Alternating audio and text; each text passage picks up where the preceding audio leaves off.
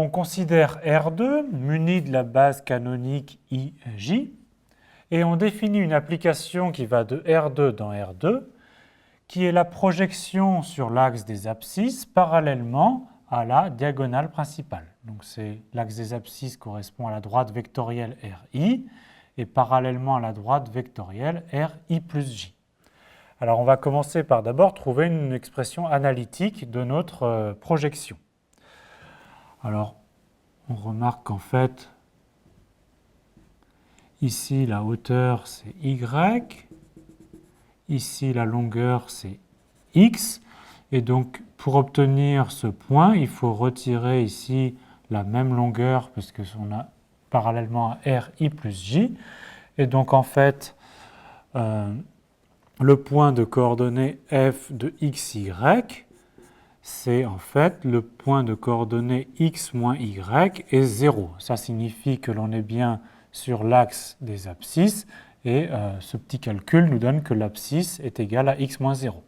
Cela revient en fait à avoir des composés xy sous la forme x moins y virgule 0 plus y virgule y. Alors, on va noter un petit peu différemment les vecteurs. On va noter x, y. En fait, la notation qui devrait être, c'est xy dans la base B, mais comme c'est la base canonique, souvent on omet d'indiquer la base. Et ceci pour signifier que c'est xi plus yj. Et donc, qu'est-ce que c'est que l'expression de f maintenant en utilisant ces coordonnées? Si on écrit en vecteur colonne, on vient d'écrire que f de xy, c'est x moins y, 0. Alors voilà, on a fait un premier travail qui sert de préparation. Et maintenant, on nous demandait dans une première question de calculer la matrice de f quand la base de départ c'est b et la base d'arrivée est aussi b.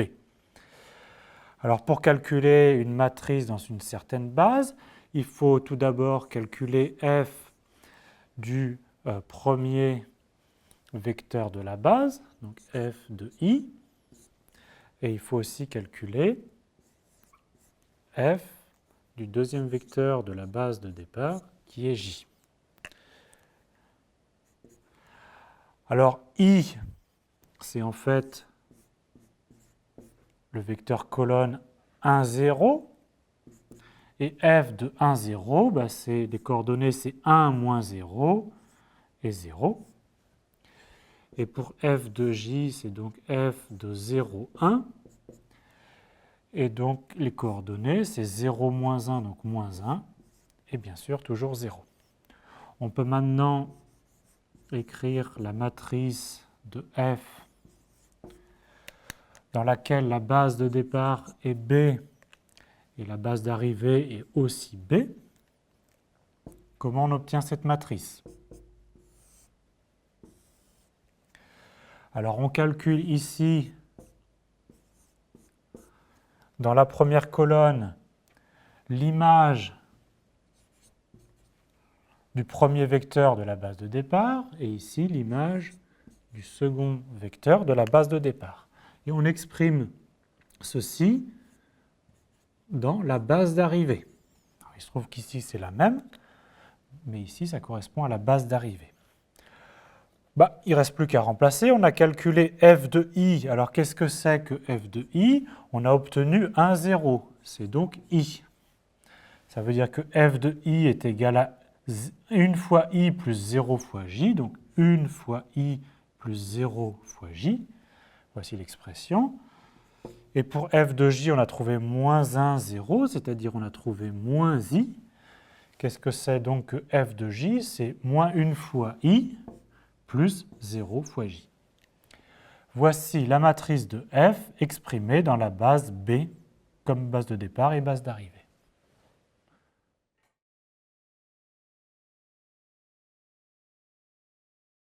Alors on définit maintenant une nouvelle base, B', qui est définie par i moins j et moins 2i plus 3j. Alors il est clair que c'est une base parce que ces deux vecteurs ne sont pas collinaires. Et on nous demande de trouver la base, toujours de la même application linéaire, mais cette fois la base de départ est B' et la base d'arrivée, par contre, on garde toujours B. Alors je vais appeler U ce premier vecteur et V ce second vecteur. Comment est-ce qu'on trouve la matrice de l'endomorphisme F de la base B' vers la base B? Il s'agit d'abord de calculer F de U et F de V. Alors F de U, c'est F de I moins J. F de I moins J, donc dans la base canonique I moins J, on a écrit que les coordonnées, ça correspond à 1 moins 1. Et à ce moment-là, on sait calculer F de 1 moins 1, ça fait 1 moins moins 1, donc ça fait 2, et bien sûr, toujours 0. Pour F de V, par définition, V, c'est moins 2i plus 3j. Donc ça correspond dans la base canonique au vecteur colonne moins 2, 3.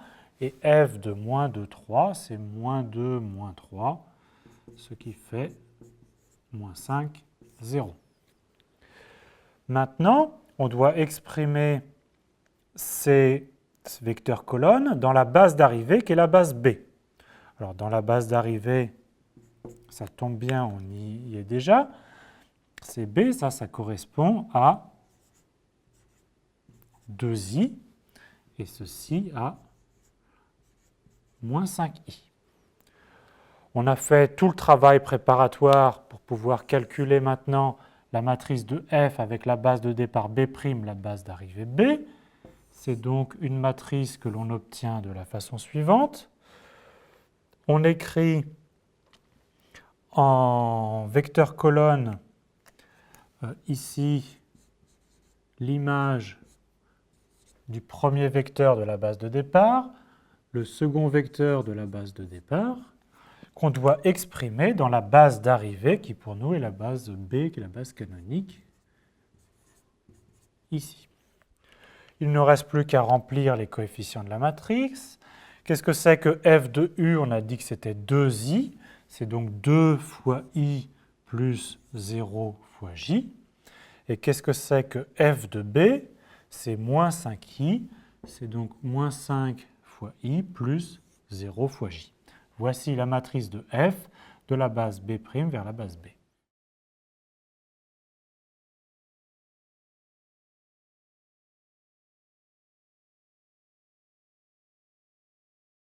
On a toujours notre même application linéaire F, mais cette fois on veut trouver la matrice avec la base de départ B' et la base d'arrivée encore B'.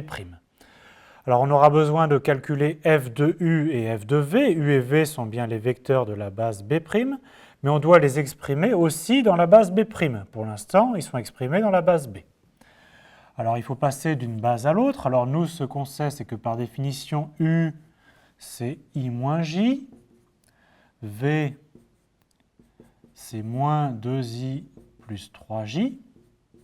Et ceci, ça se résout comme un système linéaire. Il n'est pas très difficile de voir qu'alors I, c'est égal à 3u plus V, et J est égal à 2u plus V.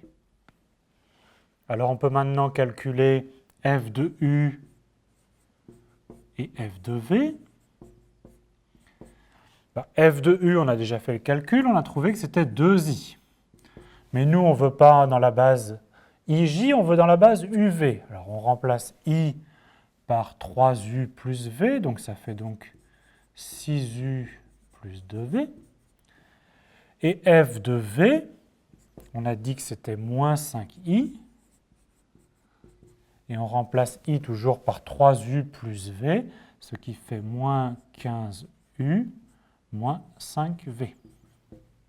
On a fait tout ce qu'il fallait pour pouvoir calculer la matrice de F avec la base de départ B' et la base d'arrivée également B'. Donc on doit exprimer dans la base d'arrivée UV et la base de départ, on doit calculer F de U et F de V. Il s'agit juste de reporter les calculs qu'on vient de faire. Pour la première colonne, f de u, c'est 6 fois u plus 2 fois v. Et pour f de v, c'est moins 15 fois u moins 5 fois v. Voici la matrice qu'on cherchait.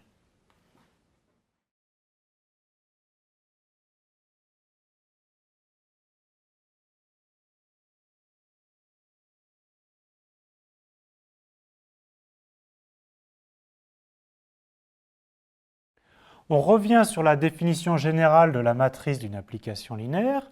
On prend deux espaces vectoriels E et F et une application linéaire petit f qui va de E vers F.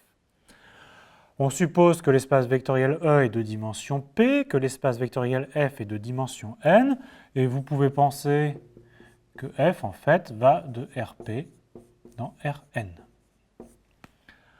On fixe une base qu'on appelle base de départ de l'ensemble de départ E, la base E1, E2, etc. jusqu'à E indice P. On fixe une base d'arrivée B', et les vecteurs de la base sont F1, F2, etc. jusqu'à F indice N.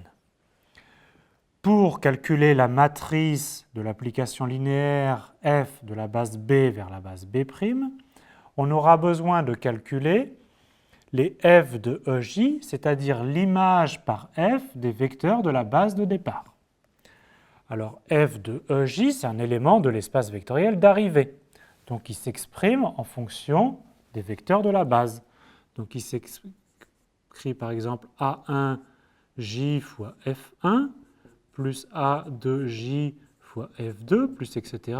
plus AIJ fois FI jusqu'à ANJ fois Fn. Ce qu'on peut réécrire en vecteur colonne, donc écrit dans la base d'arrivée B' sous la forme A1J, A2J, etc., AIJ jusqu'à ANJ. Maintenant, on peut écrire la base de la matrice F. Alors ici, on a la base de départ qui est B, donc il faut écrire en colonne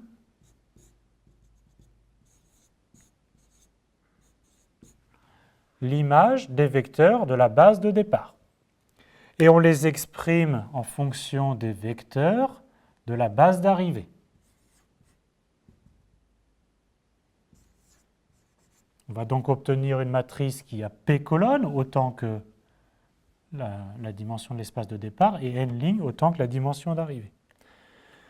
Et donc maintenant, f de E1, on l'a écrit sous la forme d'un vecteur colonne. Donc on remet ici, ça nous donne des coefficients, etc.